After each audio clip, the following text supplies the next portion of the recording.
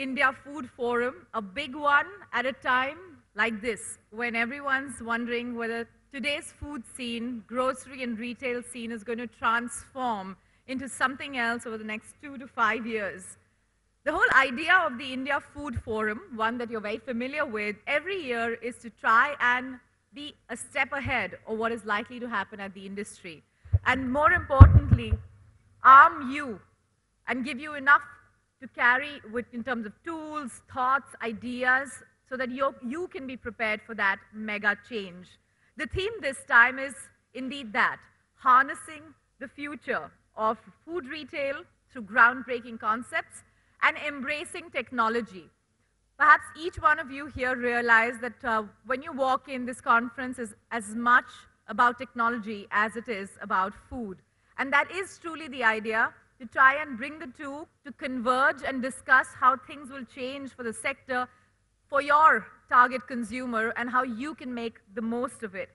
All of this powered by the immense knowledge and insights that you gather here through your interactions with those on stage and those who are your contemporaries along with you, and pick on consumption drivers, technology innovations, best practice sharing, and then take back and implement that on your own, in your own firms and companies.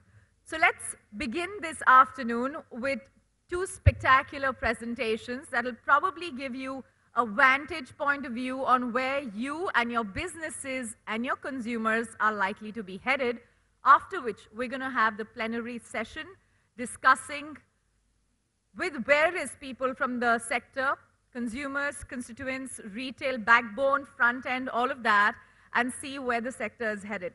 To begin with, let me take you through what is going to be the insights with two special guests. We call this the IFSF Curtain Raiser, and we're going to look at two aspects, market sizing and emerging trends, and then we're going to have a one-on-one chat with Devendra Chawla. So I'm going to request Rohit Ramesh, Principal at BCG, and Rachna Nath, Executive Director at PwC, to come on stage to set the numbers rolling for the 3 days. Thanks very much. You're welcome on stage. Hi, very good afternoon. And the cliche that just after lunch, standing out here and trying to keep you awake, and especially after what she's told and set the expectation for this particular session, I hope I get it right. When they contacted me and told me that, Rachna, could you speak on changing tastes and impact, I just reflected back on the last few years or the time that I was born. So I was born in the 70s. And I don't know how many of you have been born after 80s. I know Rohit is. 80s when you were born. So anybody out here was born after 80s? I mean, have you ever thought, because I remember when I had the first pizza in my life, and somebody told me I love pizza, I looked at that person because I thought I hated cheese. I just want to know how many people in this room still hate cheese. Nobody does. And when I told my people out there that, I hate cheese, they looked at me as if I was a geek. And if I was to say this even today, I love cheese by now, but if I was to say this even today, you would look at me like as if I was a geek. So how many of you remember having olive oil in your kitchen, let's say just around 5-6 years ago? How many of you just cook in olive oil now? Yeah, so I have a few show of hands out here. How many of you cook in olive oil at home? I do, we do, all of us. So when we talk about the changing palette today, there are things which are just happening around us. And when you talk about changing taste, Rohit actually asked me, are the tastes changing? But then if I was to go just 5 years back from the time that you were born and reflect back on the changes which has come to my life, when I talk about changes, I don't know how many of you actually have green tea. I thrive on green tea. Was it there 5 years ago in your houses? It just wasn't. I saw Anjan Chatterjee out here, but any reflection back on, a few years when you were actually going out and just having Bengali food? I've been raised in Calcutta, I love Bengali food. And I was so happy when he set up O Calcutta because I thought that was one of the cuisines which was, just not popularized, whereas it was had such a lot of variety out there. So everywhere that you look today, I think that there is a huge amount of change in the way that we are seeing food today. So I was reading an article about, a place in Delhi where they serve Naga food. I don't know if, I'm a vegetarian, so I don't know how many of you would have a taste for frog or snake or something like that. But then people are walking in out there to try something new. Does it ring a bell? Does it sound like, yeah, okay, I never, sort of thought back and said, okay, my palate has changed like this. So, but like everybody says, change is the only constant. I think we will see much, much more of it. When we talk about the typical driver of change, I think, one of the biggest place where I would put in money is actually globalization. There's actually awareness. So I'll just give you a quote from one of my colleagues. He told me the other day we were going on an offsite and he said, Rachna, I'm so glad that I don't have to cook during the weekend. Does it sound anything out of place? We are just happy, we don't have to cook during the weekend. So I looked at my colleague and my colleague said that, yeah, I do the cooking at home. So is it something unusual? It doesn't till I tell you that he is a guy. So there's a guy, my colleague, who actually cooks at home. He loves cooking. And then I have a friend who told me that, I just hate it when you have MasterChef Australia coming because my husband and my son just don't give me the remote. So I think globalization is one of the singularly biggest thing which has actually changed the way we have started experimenting with food. Look at people around you, double income, enough money, ready to go out, test new food. And I think the second biggest impact has been the media. How many of us in the crowd actually see food shows? I actually see more men than women putting their hand up out here. So if you are somebody who deals with food, which I'm assuming if you're at this conference you would be, I think your target audience is also changing. Your target audience is not typically that woman who goes to the store and buys the stuff. It's also the man who wants to experiment and actually please his wife and family by cooking and actually show off in front of their friends, trying to, sort of say that, okay, hi, I cook. I can cook Mexican, I can cook, Cuban, and by the way, I've cooked Lebanese for you today. So while we, talk about, oh, these are things which are going to happen in the future is already here. And my question, and somebody the other day in one of the conferences asked me, do you think this e-commerce is a bubble to burst because of the valuation that you're getting out here? And my simple question to them is that when you talk about, valuation in e-commerce, and I was to give you an option to invest in a physical mobile, store which sells mobile, vis-a-vis going to one of these e-commerce sites, where would you put your money? Where would you? Would you put it in the physical store or would you put in the e-commerce format? Physical stores? Let's say they're going for an IPO. And if I was to say an IPO by an e-commerce player, how many? So the idea basically is that while we are thinking the changes are too slow, it's too small, people are investing in the future. So one day I walk out of one of the stores and somebody comes to me and says that, ma'am, we are trying to start a business out here. And what we will do in this business is we will not give you pre-cooked food, but we will give you ingredients. And these ingredients are going to be anything between a Mexican pizza to, sushi that you want to make at home. So we'll give you the ingredients and we will just give you, the recipe. Will you be ready to, invest, buy from us? So I said, yeah, I would be happy because, being an Indian woman, I always love putting in that effort to be able to cook at home. And we have Maggie as one of the biggest case studies, in this case. So I said, yes. And then he did a much, much smarter thing. He said, would you be willing to pay for it if I gave it to you? He was just testing that was I just being happy, saying that, oh, I'm going to get this ingredient at home? Or was he going to, actually see me pay for it? I said, yeah, I'm happy to pay for it. And lo and behold, he gave me a date. He came home. I had chosen Mexican pizza. He gave me all the ingredients. I made it at home. People at home were wowed. They were very, very happy. And I actually got, a thrill without actually having to go into the market to procure all the goods out there. So when we talk about the future is personalization. The future is actually going to your customers and making the customer's life easier, and by giving the customer these kind of options. And Quick Fresh, that we see on the slide out here is one of them. Zomato, everybody knows about. All of a sudden, it's just going international. Food is becoming a part of your lifestyle, and you're wanting more and more people now wanting to know about food, wanting to experiment with restaurant, and that's exactly what Zomato is working on. So we are aware of all of these things. And when we say the future is here, India first touch table restaurant. So I made a presentation to one of the largest QSR in India and globally. And there, they wanted us to present on the future of restaurant and how technology is going to change the business model. So when you are talking about this QSR today, so what we did, the first thing, in PwC, we have around 10,000 people in India. We just launched a survey, kept it open for 2 days, and we had around 1,500 responses. And guess what people were telling us? They told us we want a jazzy feel, we want to have taste, which is very, very close to being fresh.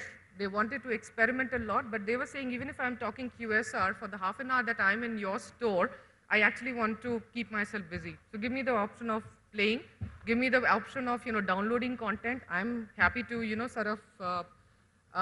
pay for it. And then I got loads of mails, people writing pages and pages of what they wanted to see from a quick service restaurant. And one of them said personalization. He said, my grandmom loves to eat from a copper spoon, and I want to go to a restaurant. Will the restaurant give me a copper spoon for my grandmother to eat?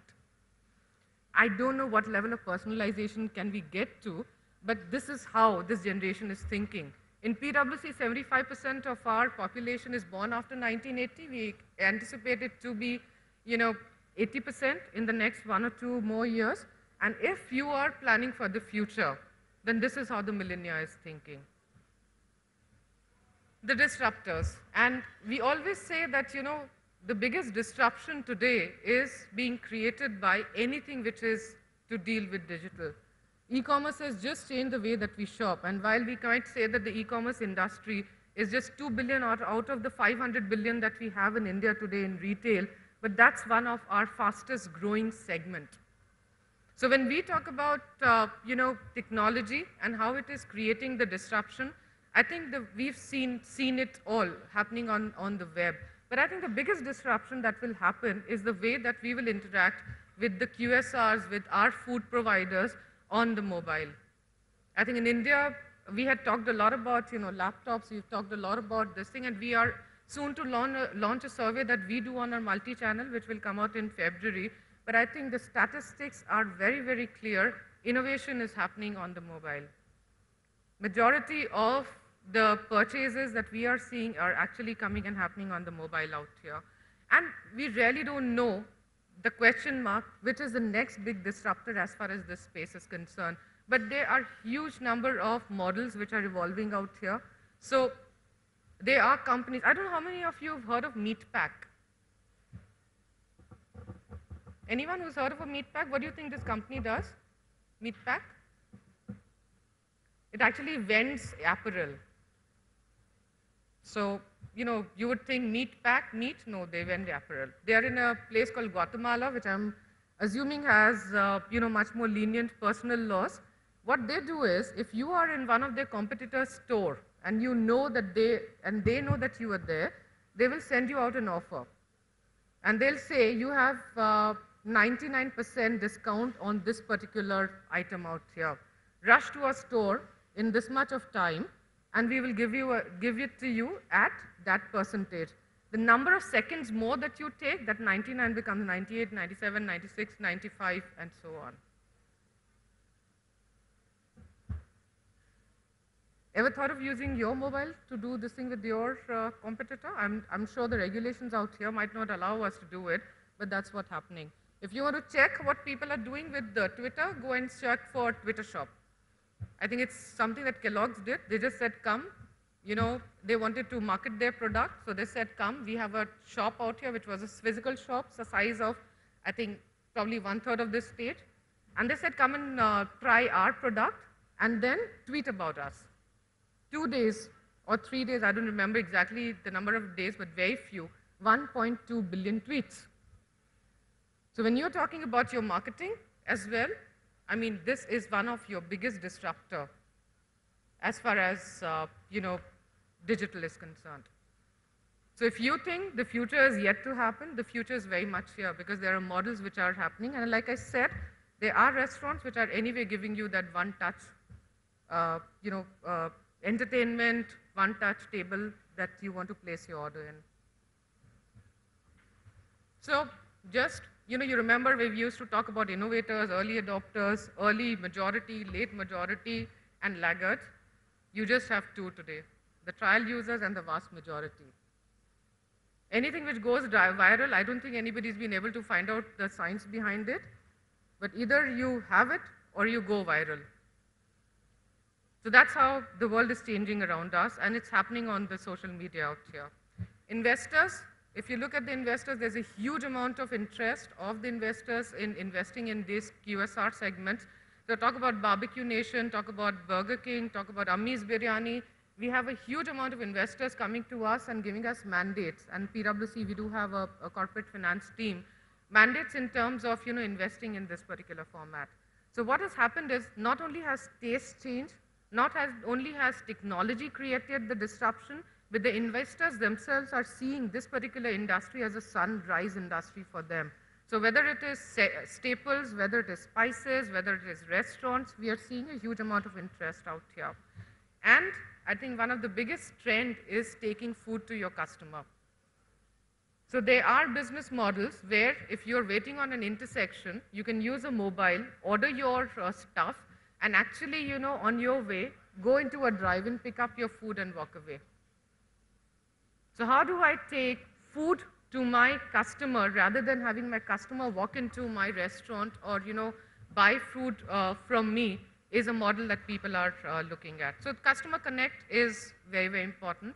I think as far as when we talk about, technology, two places that we've really seen technology make a lot of impact and which is where the QSRs say we know our game out here is actually the productivity and the supply chain.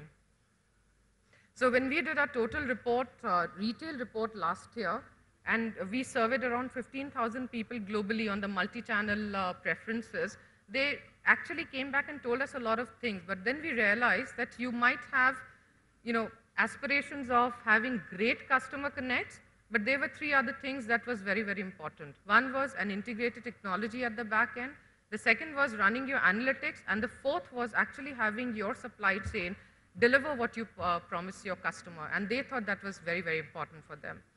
Driving innovation, I mean, you'd look at any of these models that you talk about. You can actually, if you're traveling by train, you can go to one of these sites and say that I want you to deliver this restaurant's food to my coach at this particular time when I reach out there. That's a business model, that's innovation. Talk about social, we've already done that. And the last part of it is actually, customer loyalty. And in fact, people today are not only talking about engagement and loyalty, they are telling us, help us actually increase the advocacy. And while I think, there's still a lot to be done for us to reach that advocacy stage, I think, if the conversation is happening, I'm sure, the noise is only going to get louder. So that's what I had in terms of changing, taste. So if I was to summarize, I don't think it's any longer a question of whether tastes are changing. I think people are wanting to experiment more and more. It totally depends upon our appetite to be able to provide that variety to our customers out here.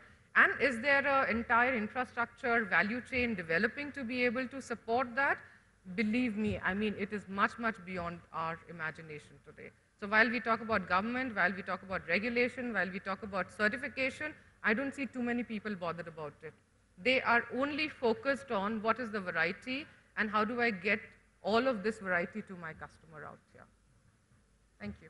So while Rachna talked about trends and changing tastes and so on, I'm going to talk about numbers and statistics and how trends have been moving over the last few years, how we expect them to move going forward, and really just a little bit more tangible in terms of what it means from a business perspective, from a number side. Right? So first of all, here's the size of the market. We all know it's very large. A couple of years ago, we had come out with a view that the food market is going to triple between 2010 and 2020, and it's on that trajectory.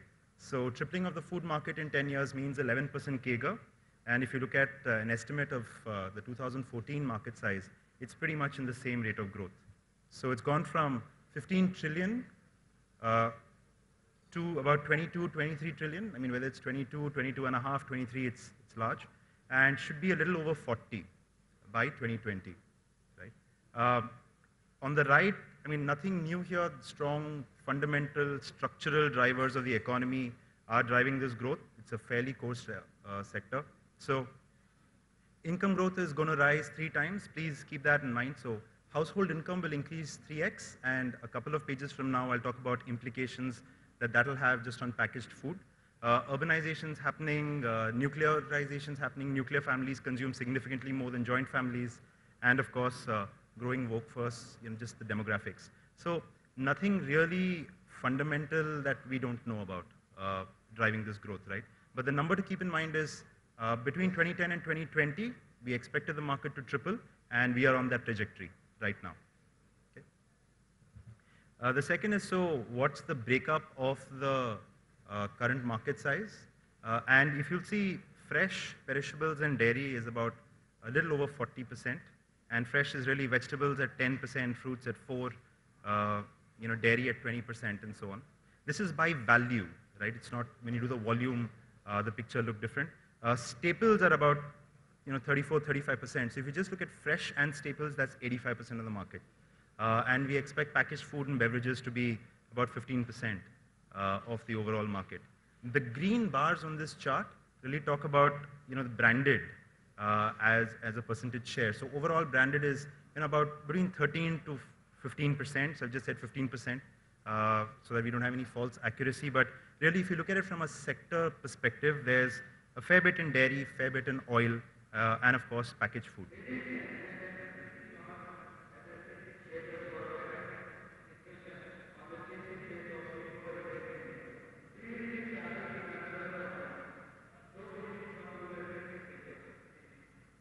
All right.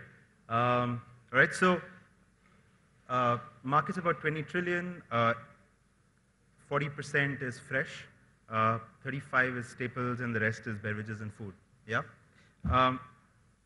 Now here's where numbers and statistics, right? And so Rachna talked a lot about QSR and changing food and pizza. All of that is true, but at a fundamental overall, what are we eating perspective? So we always like to look at China, right, for everything. When we look at India, China, and so on, I'll talk a little bit more about that as well.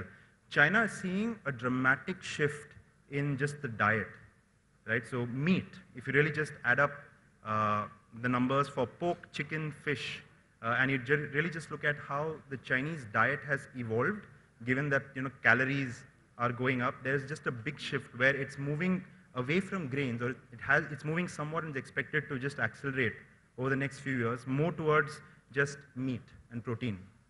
Yeah. So the next question is, so is that going to happen in India?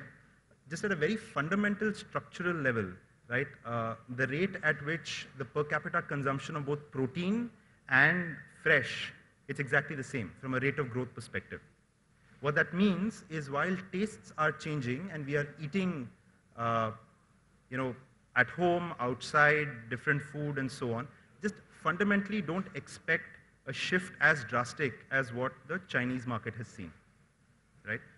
That's at least the current view right now that we've got. Because if you really look at it, by 2020, we should be at the same level of per capita calorie intake as China's between, whatever, 1995 or so. But, I don't expect this picture to change significantly, because what it means, if diet changes, this will start looking different, right? Yeah. Now, remember I said that per capita income is going to increase 3x over this decade. Packaged food has a 0.9 correlation with just income. So packaged food consumption per person is almost perfectly correlated to the average income level. And so India, the dot is actually not even visible on this slide. So I looked at this. So this is 2013 data where we've got the comparables for all the markets.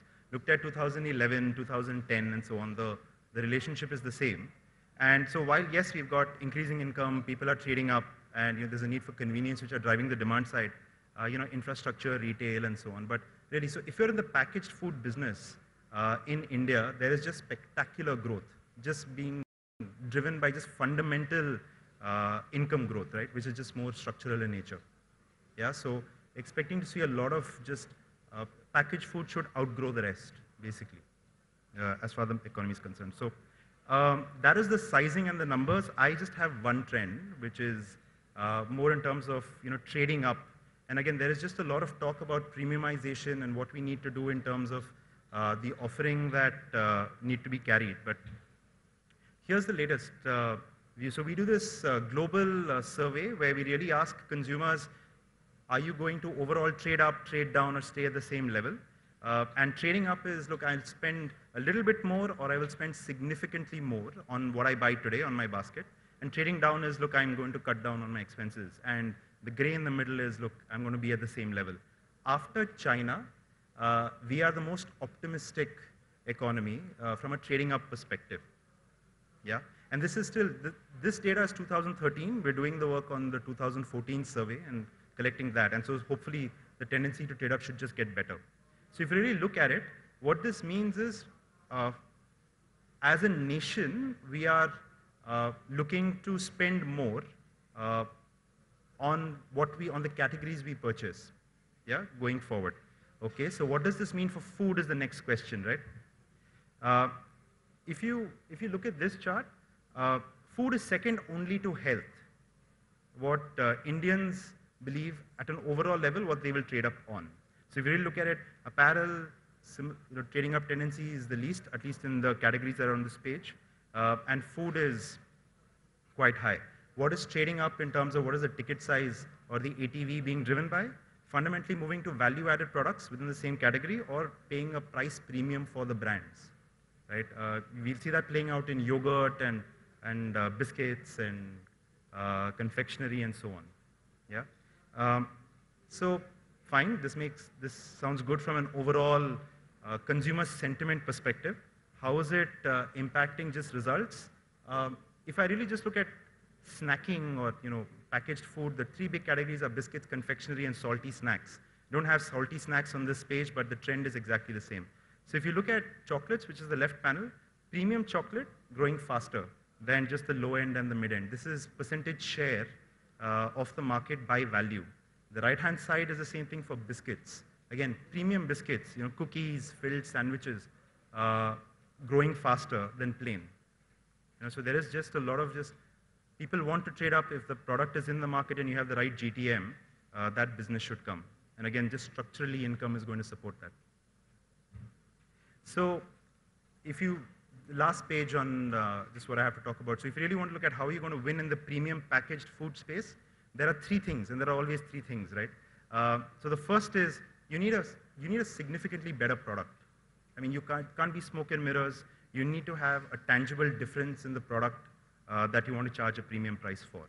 And we've talked about it from it could either be the cocoa butter composition if you're looking at confectionery, or it can be whether it's cookies or filled when it comes to biscuits. The second is the target for trading up is fundamentally just the affluent and the aspirers, not so much the next billion and the strugglers from a consumer segment perspective. There you find a lot more urban bias, a lot more modern trade. So really just getting the GTM right in terms of selling the products that you want to charge a premium for, that becomes important. So you can't just get it out there from just a distribution perspective. And third is just from the messaging. I said health is the fundamental, is the number one category that we're willing to trade up for. So premium products that talk about being healthier, again, nutrition, enrichment in the products and so on. Building a premium brand image and just clearly communicating the brand differentiation. Yep, so let me summarize. Market's large, we knew that. Fundamentally, not expecting it to change over the next few years. Bulk of it is, fresh is 40%, staples is 35%, the package is 15%. Packaged food is going to explode, driven by income growth, and people are trading up. Yeah? Okay, I had a question for you. You talked about the opportunity for the branded processed food really exploding over the next several years. And if my math serves me right, it's about 15% is packaged foods, and about 15% of that 15% is basically branded packaged foods. So you're looking at a total of about 2.5, 3% entire food market share. Does that sound about right mathematically? Yeah, so what you're looking at just the packaged and the beverages, but other segments, so dairy is packaged, right? So you have a premium play there as well. So anything that's packaged and branded, and it could be staples, it could be fresh. Could you talk to me a little bit about, I think your last slide that you had when you were summarizing, you talked about something very interesting, which was the premiumization as well as the differentiation, but at an affordable price. So, to me, that sounds kind of like a hedge, because it is, but it's not quite kind of a concept that, could you talk a little bit more about, based on your research, and it's for both of you guys, in terms of what are you seeing in terms of the propensity for the consumer, they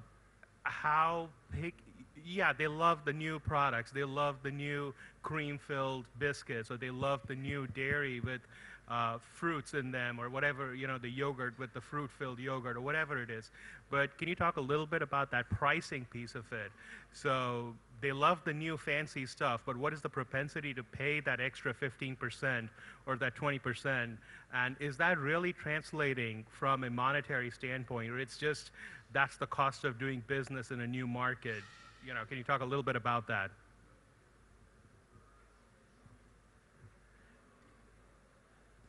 Yeah, so as far as the propensity to pay more for the premium product, I think one of the biggest success has been your confectionery, the premium confectionery. If you typically look at that particular market out here, while I don't have numbers to back it, and I don't know if Rohit does, the trend is there.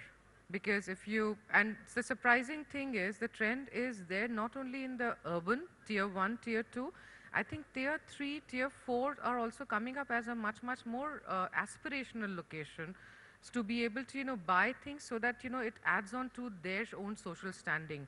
And while, when you talk about this particular segment per se, the percentage is, minuscule when you, talk about the larger, the other bigger categories out here. But when I see it as a trend, the trend is there. And I have to look at just the premium biscuit market, if you were to talk about, where you typically have the large FMCG companies, the confectionery companies who are getting into that.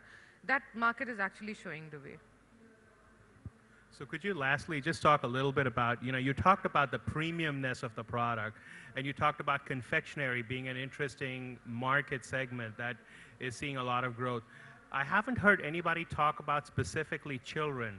So when you talk about the aspirational product, is it really aspirational from a lifestyle standpoint, or are you really seeing it as an aspirational concept of, I want to give my kids something better than I had?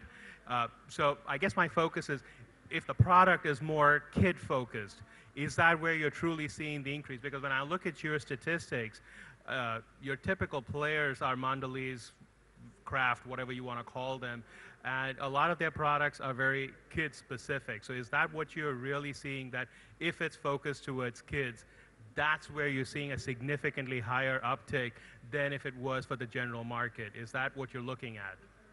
Okay. So,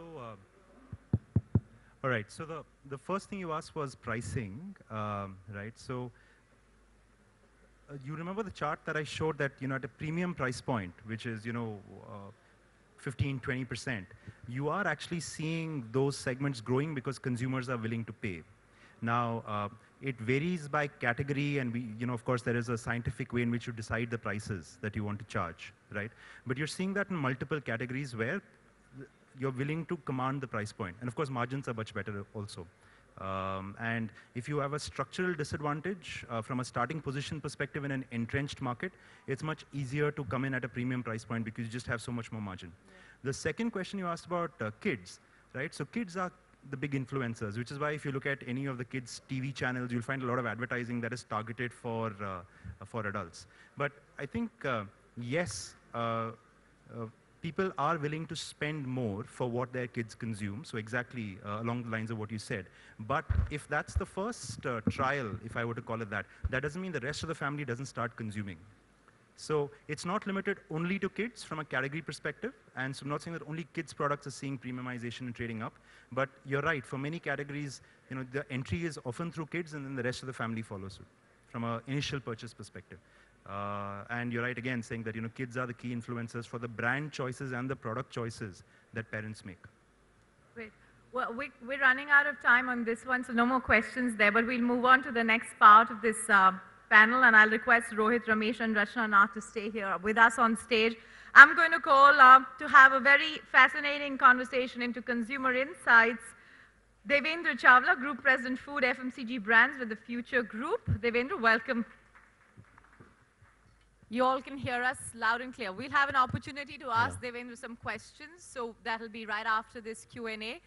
But I think one of the most interesting parts about your afternoon so far has been that you've been given a deep insight into a large number of trends and plenty of numbers. So let's try and get some insights from Devendra on what do these numbers truly mean for consumers, for the touch and feel aspect of the idea of going out there, converting your like into a buy. Let's begin with that very question. How do you see 2015 onwards? What would be the new face of the consumer? I think definitely the consumer is getting much younger. And if you see the changing time, only yesterday I was reading that the number of nuclear families and singles in India is on the rise. And surprise, surprise, that will give rise to a big category which is so small in India called pet food. As people get single, yeah, it's a fact. They keep more pets, they have company, they take care of pets, and that category is going to grow. I mean, imagine this is something 5 years back none of us would have thought. Let me also give you a peek into how, the typical Indian consumer, especially from a grocery and supermarket standpoint, has changed. And I'll take an example of my own family. I'll relate to it, or most of you will. 30 years back, when my mom used to cook, she would take 2 hours to make lunch and dinner. And by and large, the lunch and dinner would be the same food, right? And look at it today. The women have stepped out of home, they're working, and even then, the dining table has become like a food court. So she could have a salad only for herself. The husband could be having food cooked in olive oil because he's like health freak. And the kids could be having pasta. While she's not spending time in the kitchen. The whole change is that she's become from working in the kitchen to taking charge as a home manager. So we're talking about the rise of convenience? The rise of convenience, and it is actually all to do with where, in which stage of life the consumer is. And let's speak of the woman. She wants to work. She has her dreams, right? She's stepped out to make her dreams come true. And now there's a domestic help who she'll train, that this guy likes this spicy food, my husband likes this, my kids like that, cook that. She'll call on the phone and say, ye bana do. And the supermarkets have also come to her rescue. So we have chopped and cut vegetables and fruits. You could buy that. Yeah. So in a manner of speaking, like in banks, when you make a telephone call, the call goes to an outsourced department, right? To a call center. Yeah. But the consumer's dealing with the bank brand. Similarly, what's coming on the dining table may have been outsourced to the domestic help or to the supermarket or a ready-to-eat brand. But once it comes inside the kitchen, the kitchen is like a temple, right? Once it touches the mother's hand or the wife's, it's ghar ka khana. So I think, now look at Jal Jeera. I'll just give you one classical example. You could buy jeera, or you could buy jeera masala to make Jal Jeera, or you could buy Jal Jeera masala mix, which is a powder, or you could buy a Jal Jeera drink, or you could buy a carbonated Jal Jeera. Now, depending on which stage of life you are on convenience and how busy you are, and I think in today's world, time is money, you could decide at which stage to come in. So are you saying that these convenience food options are going to be a big marketplace that are yet to be tapped enough by companies? I think convenience is going to get premium. We talk a lot nowadays about e-commerce and people shopping online. I think there's even a more convenient channel. So let me say convenience as a consumer and convenience as a shopper. Convenience as a consumer, the Jal Jeera, or even let's say, let me take a traditional product, which is people don't discuss much, like Pani Puri. You could get a Pani Puri kit at home, right? Because people have turned to hygiene and health. but the experience is still not the same. So the form is the same, but the delivery you're having at your home is still not the same. But young entrepreneurs and brands like Paperboat and all are innovating, and we'll get there. So that's one change convenience is bringing in. Now let's come to the shopper. I think if you see chains like Nilgiri's or, I mean, in some of our food bazaars or even food hall, which are in catchments, not in the mall, I think there is a certain consumer which is also growing, which does not mind going for discounts. They don't mind paying full price, but they don't have time and they're ready to pay full price. So there are many chains which are selling at full price. I mean, if you see developed countries like Japan or the US, you have 7-Eleven or Lawson. People just walk down, it is 2 minutes shopping and they come back up. Actually, it's Sometimes faster than even e-commerce. And sometimes you end up paying even more, but if you need convenience, you don't mind that. Everything is on MRP. Everything is on MRP, even in Nilgiri's and most convenience store, you're actually paying for convenience. Most of the things are on MRP. So are you suggesting that consumer insights today are telling you that India will not be as price sensitive a market as we've been so far? No, not at all. Actually, you can segment the market. There's going to be a large chunk of consumer who's going to be price sensitive, who'll travel for price. But there's emergence of another consumer who'll say, I want to shop online, and there's going to be emergence of a consumer who's going to say, I'll pay for convenience. And some of it's going to be common as well. And I think as we go forward, that discovery is yet to be done. So that actually takes me to the question of aspirational food options. And in many ways, one would say that, you know, the idea of an upmarket or rather an on-the-move Indian has meant that they now like new and different kinds of food, which has allowed for more and more international brands and international cuisines to be offered here to cook or to off your grocery stores or ready to eat. What is that transformation of the last 5 years meant for consumer insights today? So let me break it into two parts. One is on the brand side, and one is on the cuisine, the cooking side, which has been led by the master chefs and, you know, like men want to cook all shokia, you know, once in a while. Like I say, cooking is the new golf for men. Like, you know, Sunday morning, they'll try their hand and speak the whole week about it that, you know, they've cooked. You're giving me ideas for my own golf show, aren't you? And let me go to the brand side. See, all of us, like people who came from FMCG, the way Indians developed market was like, I mean, if I would take a reference of like an army, you know, digging trenches. We've always been taught like, you know, you join a Unilever or a Coke and that India's in the masses and, you know, the rural market. And so the next outlet and the next distributor, keep going to the next town, smaller town. So affordability became a big deal with Indian brands. But somewhere I thought that in this bottom of the pyramid, which is huge, and for no, I'm not ignoring it, it is actually the largest. But I think we did not discover the top of the pyramid, which international brands discovered for us. So we had a 10 rupee chocolate and a 20 rupee chocolate, but if you'd asked an Indian brand, can we sell a 200 rupee chocolate? They would not launch. So it was, Ferrero came, 10 rupees chocolate, 500 crore sales in 5 years. You said 5 years, it's exactly 5 years. Chocolate is 4,000 crore, 500 crore only Ferrero selling at 300 rupees. Why didn't an Indian company do that? Because one can argue both ways, that there's a big rural market to be tapped, affordability, or one could argue we missed the top of the pyramid because India is so large, at every level there's money to be made. Yeah. Similar example is L'Oreal. We had a 40 rupee hair dye. You said when you become old and you have white hair, you color your hair. So it was a negative emotion, right? I have to hide my white hair. L'Oreal comes and says you can be 20, color your hair blue, color your hair red. You play with your hair, change your color this month, next month. So from negative, it became positive, like it's fun. Right. So it actually, a French company, L'Oreal, an Italian company, Ferrero, and even Japanese brand, Mami Poco. Yeah. Like in India, diapers were, you know, like we had our own private label of diapers. And we thought that Indians would not pay 9 rupees for, you know, diapers. So Right. only 1% of Indians were using diapers. So the whole challenge was affordability, make the product cheaper. Then comes Mami Poco at 50% price premium. Yeah. And most marketers said this won't work. And they're market leaders today because they give convenience. It's like diaper-style pants. Yeah. So actually, international brands have come, whether they did not have an affordable offering or it's a blessing in disguise, we discovered a large market at So the top. tell me, what does this say about the Indian brands? Is there been general lack of insight about how the Indian consumer functions, or this constant obsession, then give them high volume, mass products, and you know that's what they lap it up? Because I mean, you've seen both ends of the spectrum.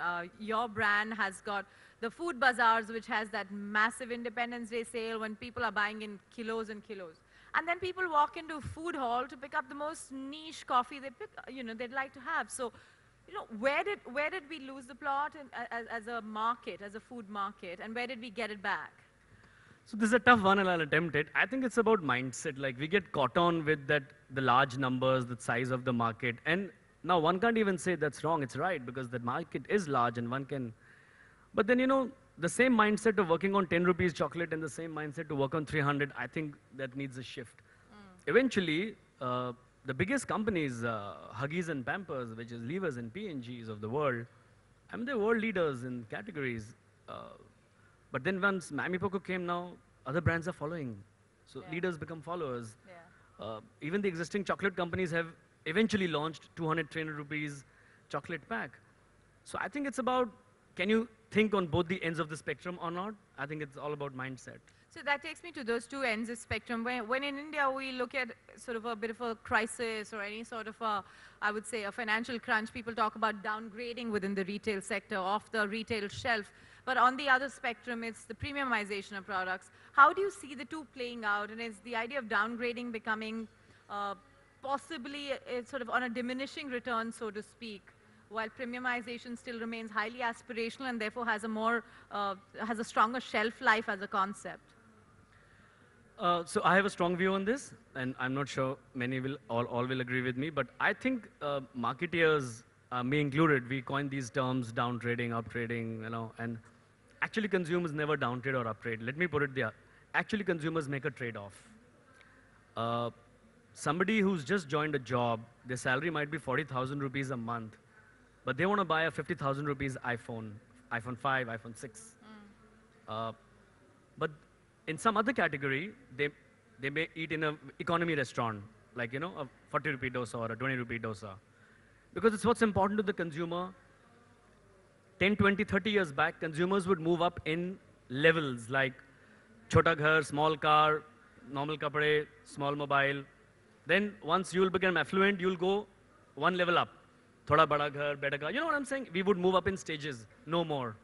It's all got broken down. So if I want the best mobile and that category is important to me, I'll enter right at the top. Okay. But if this is not important to me, I will go right here. So we make a trade-off. So I'll go the best hair and, good hair. So we marketeers have this term called good, better, best. And we're talking about graduating the customer from good to better, better to best. I think those times are gone. People are straight entering what's important to them. And it's a challenge for marketers to figure out that the same college girl just passed out at 22 with an iPhone, where she'll eat. Because if you look at the iPhone, you think she'll eat a 500 cover food, but she just may eat economy. That's a challenge. So that's interesting. It'll keep all marketers on toes even in the future. Let's focus on something he spoke about earlier. The idea of now, some shifts in terms of what people want to do, how they want to spend their time. So he was talking about men cooking. And I am very interested in seeing that now that we've seen the rise of all these food programs and food shows in India, how have the last 2 years changed what's being sold at your grocery stores, both at the high end or at the mass end, given that there is an interest for people to go home and cook as well? I think the big news is cuisine-led. So you spoke of food hall or even in food bazaar. All the brands I spoke about and cuisines are all starting with supermarkets. That's where a lot of international food comes in. And I know there's a session later on FSSAI, and I'm sure they'll speak about various issues on labeling laws, which right now is a small hindrance. Right. But cuisine, international global food is big. People are traveling for food. People used to travel for leisure, for hiking. Actually now, there are a certain set of people who are only traveling to discover a certain kind of food, worldwide and within India. And our stores also mirror that image, and I think cuisine is the fastest growing category, like ingredients, what you can cook, and you would find a Japanese, festival and a Chinese, and Indians are experimenting big time, big time. Yeah. I think at the heart of that experimentation is the fact that there is a huge business opportunity there. So let me ask you, as we wrap up this chat and throw it open to the audience, 3 consumer insights that you think any business should not ignore at the moment. I think the first one I would say is the customer is evolving faster than ever before, something Rachna also covered. You cannot put the customer in a mental mode like marketeers used to. That has gone. You have to continuously discover the consumer. The second is food is no more to fill stomachs. Food will multitask. Like a mobile used to be only there to talk earlier on the phone, but now a mobile is it's a gaming console. It's to chat. You have a video. You can buy. You can shop. You can pay. It's a bank. Similarly, cars were to drive, but now you could watch a video in the car. So, you know, human beings, we have this tendency to make things sweat, like an acid sweat and multitask, right? So food will multitask. So you'll have multivitamin food, food to make your brain sharper, food to make your weight control. And, you know, all these terms are coming in multigrain atta, multi-mineral food. So I think food will sweat. That's another big trend. And the third one is the convenience. I think people will pay for convenience. People will pay for convenience. Okay, let's begin a Q&A with Devendra there. And actually, why don't I start with the two panelists who are here? Why don't you ask a question, Rohit, to Devendra? Okay, just put me on the spot. That's exactly why I've been asked to come here.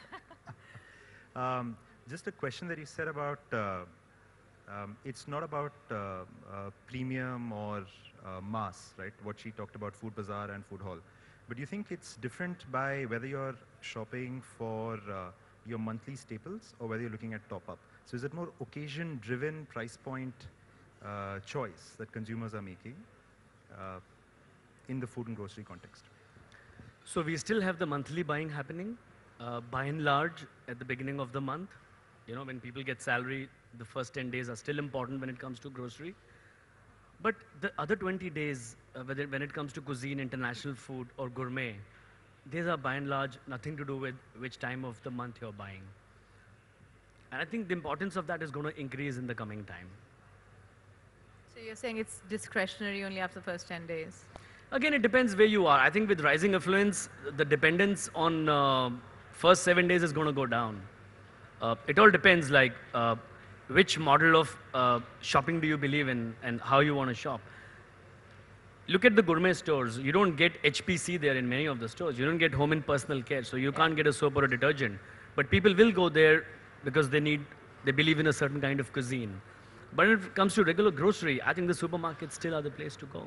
So it'll be both. It's not an either and or. I think it's going to be both. I think that's a good point to make. Rachna, quick question. I think I've always been intrigued by something which we call the health food segment. And a lot of people say that, you know, while Indians talk a lot about going healthy, but they reach out to their puris and samosas when, you know, it's convenient to do so. And a lot of brands have tried, failed, succeeded, and, you know, it's always a mixed result by the end of it. How do you see health food in your stores? So let me give you my bit on the consumer side on the way it works. See, there's something called permanent food which we eat every day, right? And by and large, the mother or the wife is responsible for it. Their food, healthy food has made a big, big dent.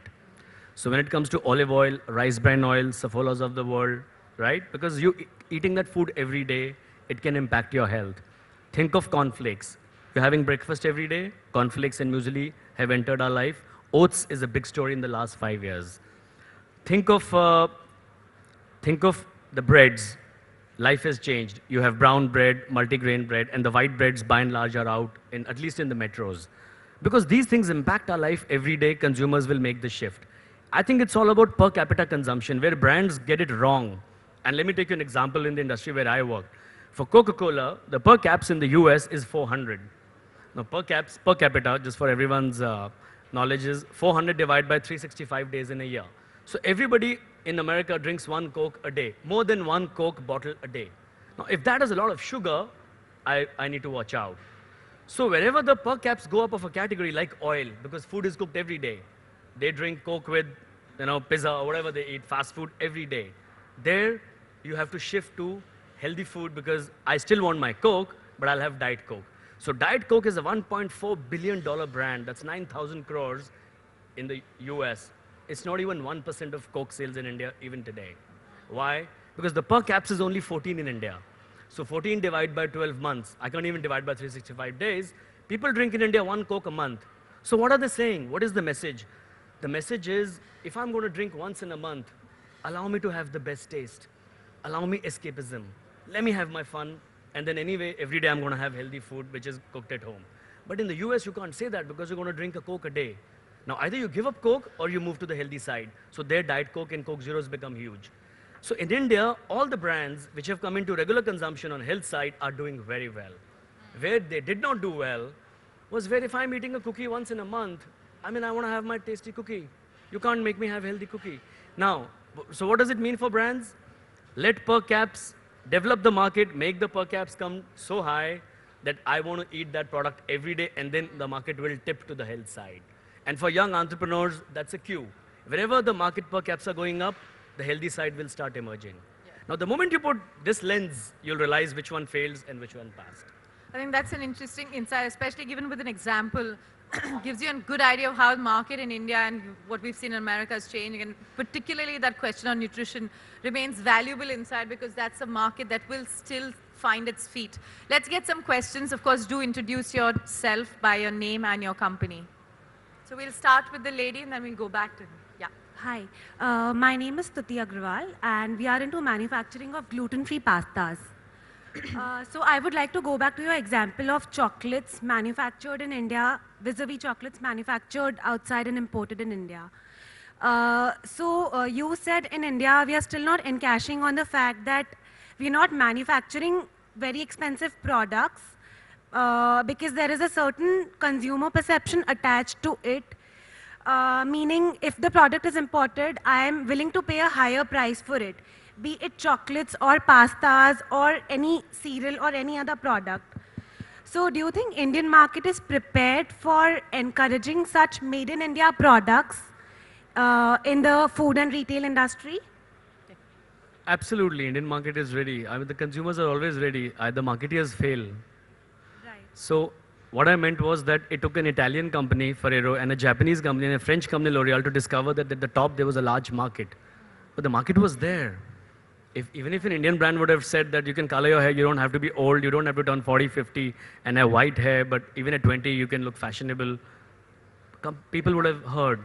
So I think it's all about market development. So the challenge is always of marketeers. Consumers are always ready. Okay. Interesting point. Do you want to just wait for that question till we get a couple more? And if we have a point available, we'll surely be back with you. Yes, sir. Good afternoon. I'm Sunil Kumar from Amira Foods. I have been in organic food industry for last 10 years, and we have recently decided to launch Amira Organic. Organic. Yes. Right. As a category, I have been attending lot of seminars and conferences on food forum, but I never get a concrete reply on this particular segment. Whatever I get to know is that this industry is still struggling. On one side we say health is premium, on one side we say health is important, but we fail to take this category in a positive manner in India. Can you please? That's a good question. Yeah. And I just want to add to the point that he's making is that, we happen to be from India, which has always hailed its organic roots and its, approach to organic food. And now the rest of the world seems to hail us and we're running for these high lifestyle packaged foods which are far from being organic. So what is keeping that organic story from getting into a boom phase? And on a lighter note, life comes full circle. So, yoga, Ayurveda all started from here. And yes. Now we have an International Yoga Day not to miss. So I'll give you two answers. One is I'll give you a left brain answer and then I'll give you a right brain answer. The left brain answer is the technical one, which is that the benefits of having organic food, if you ask people to pay 30% more, you should be able to demonstrate why they are better. I think that job needs to be done better by brands. If I ask you that if I eat an organic rice, you want me to pay 30% more, how will I benefit? How will my health benefit? You need to convince me. I think a lot of people need that convincing. Now, don't get me wrong. I'm not demotivating you. These things take time. Only now Indians are discovering allergies. So Rachna spoke of health. Gluten-free, the word gluten was not even known to people till 2-3 years back. It is a big deal. 5% of Indians suffer from gluten, which means an allergy. So they need to stay away from gluten food. Similarly is lactose. A lot of people can't have milk products or dairy products. It's an allergy. But people don't know, but people are discovering. So same is organic. I think these are slow burners and you have to keep up at it. Worldwide, there's a big debate on how much organic food helps or not? I think that debate is yet to be settled. But I'll go back to the benefits. As long as you can convince the customer of benefits, they will pay. Because you saw the chart.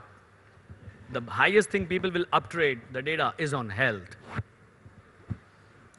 Great. We've run out of time, so we're going to have to close this session with Devendra here. Yes, we agree. He's an interesting man, so catch him right off the stage. And thank you, Rachna, and thank you very much, Rohit, for being here. Good to have you here, and enjoy the next 2-3 days of this session.